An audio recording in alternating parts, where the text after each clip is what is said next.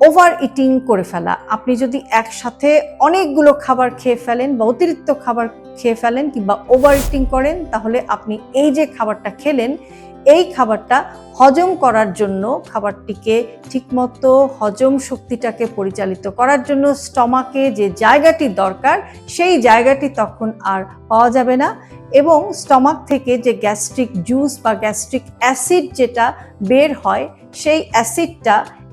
জায়গা না পাওয়ার কারণে আপনার যে খাবারগুলো আপনি খেয়েছেন, এই খাবারগুলোর সাথে ঠিকমতো মিশতে পারবে না, এবং যেটা কিন্তু at the end of the day আপনার খাবারটি ঠিকমতো হজম হতে এটা কিন্তু বাধা দেবে। কাজেই আপনি যখনই খাবার খান, মনে রাখবেন একটি খুব কমন রুল, যে 100% না খেয়ে আপনি যখন ফিল করবেন যে 80%-এর মতো আপনার খাওয়া হয়ে গেছে, সেই 80%-এই আপনি কিন্তু আপনার খাবারটাকে স্টপ করে দিন, একটুখানি জায়গা রাখুন, যেটা কিন্তু আপনার হজম শক্তিটাকে ঠিকমতো পরিচালিত হতে সাহায্য করবে।